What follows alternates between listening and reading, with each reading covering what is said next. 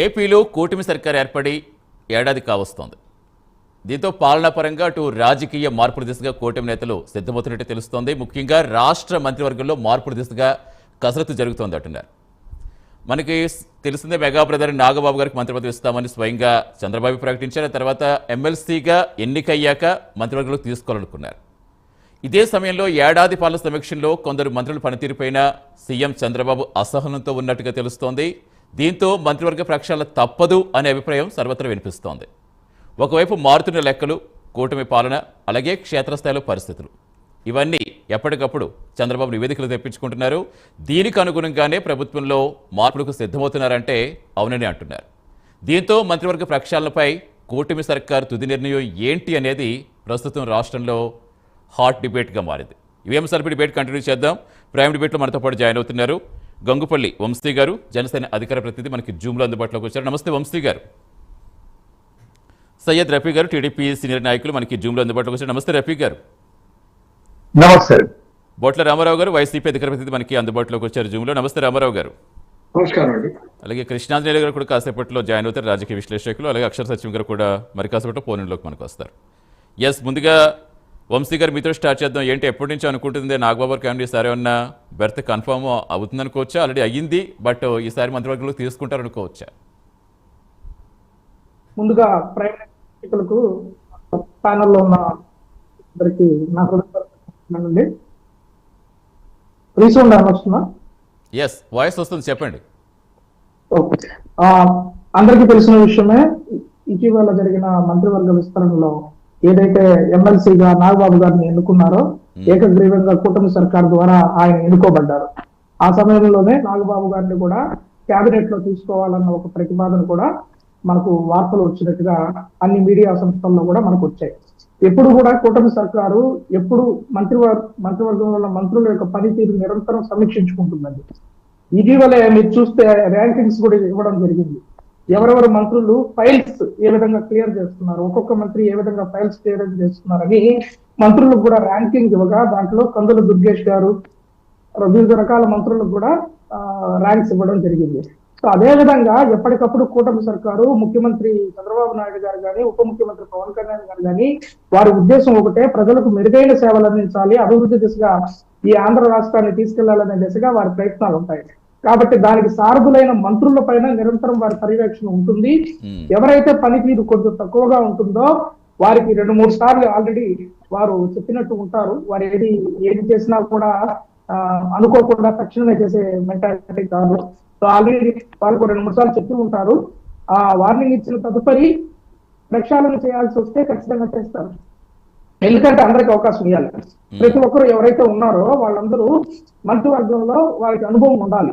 ఎవరైతే ఎమ్మెల్యేలుగా గెలుస్తున్నారో వాళ్ళందరూ కూడా మంత్రివర్గంలో ఏ విధంగా పనులు జరుగుతాయి, ఏ విధంగా సచివాలయంలో ఉంటాయి, ఏ విధంగా బడ్జెట్ అలొకేషన్స్ ఉంది, ఆ బడ్జెట్ అలొకేషన్స్ ని మనం ఏ విధంగా వాడుకోవాలి, ఎక్కడ మనకు ఏ విధంగా కేంద్ర బడ్జెట్ నిధులు తీసుకురావచ్చు, ఇవన్నీ కూడా మంత్రులు ఎప్పటికప్పుడు నేర్చుకోవాలి. ఎమ్మెల్యేలుగా ఉన్న వారు ఎప్పటికప్పుడు నేర్చుకోవాలి. కాబట్టి ఖచ్చితంగా మార్పులు చేర్పులు అయితే జరగాలండి.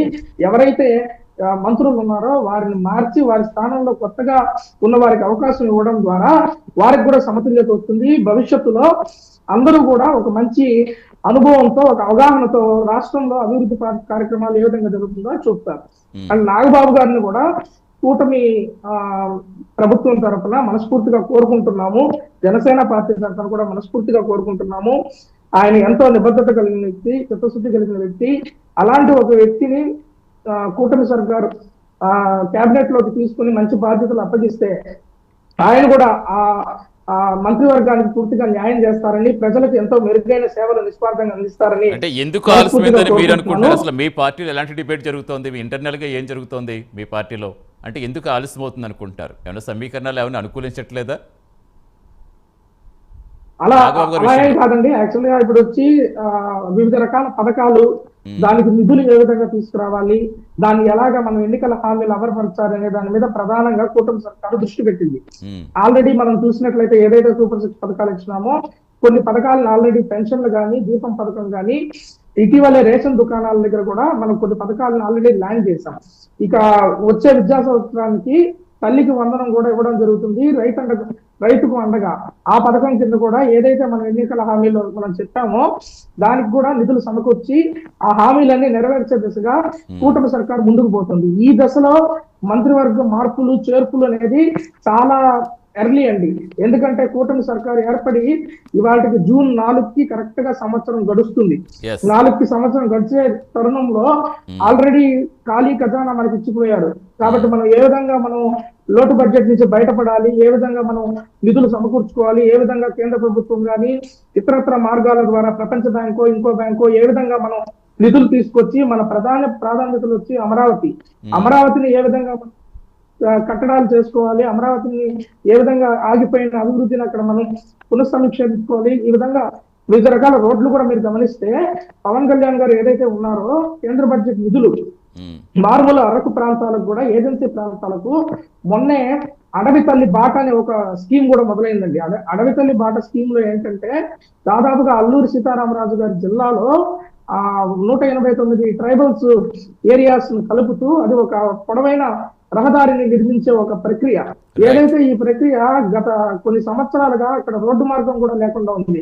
కాబట్టి ఇక్కడ ప్రధాన ప్రాధాన్యతలు మనం ఏంటంటే లోటు బడ్జెట్ నుంచి రికవర్ అవ్వడం, అమరావతి ఆగిపోయిన కట్టడాన్ని ఏ విధంగా స్టార్ట్ చేయాలి, పోలవరాన్ని ఎలా వేగవంతం చేయాలి, ఎలాగా ఉద్యోగ కల్పనల కోసం ఎలాగ ఇండస్ట్రీస్ ని తీసుకురావాలనేది మా ప్రాధాన్యతలు తప్ప ఎలా వ్యక్తిగతంగా మంత్రి పదవులు ఎవరికి ఇవ్వాలి, ఏమి ఇవ్వాలి, సామాజిక సమీకరణలు ఖచ్చితంగా సామాజిక సమీకరణలు అవన్నీ అన్ని అంశాలు పరిగణలోకి తీసుకోవాలి. బట్ ఏంటంటే ఏడాదిలోనే ఇన్ని మార్పులు జరిగే అవకాశం ఉందా అనేది. రైట్ వంశీ గారు కంటిన్యూ చేద్దాం. మనతో పాటు కృష్ణాంధ్ర గారు జాయిన్ అయ్యారు, రాజకీయ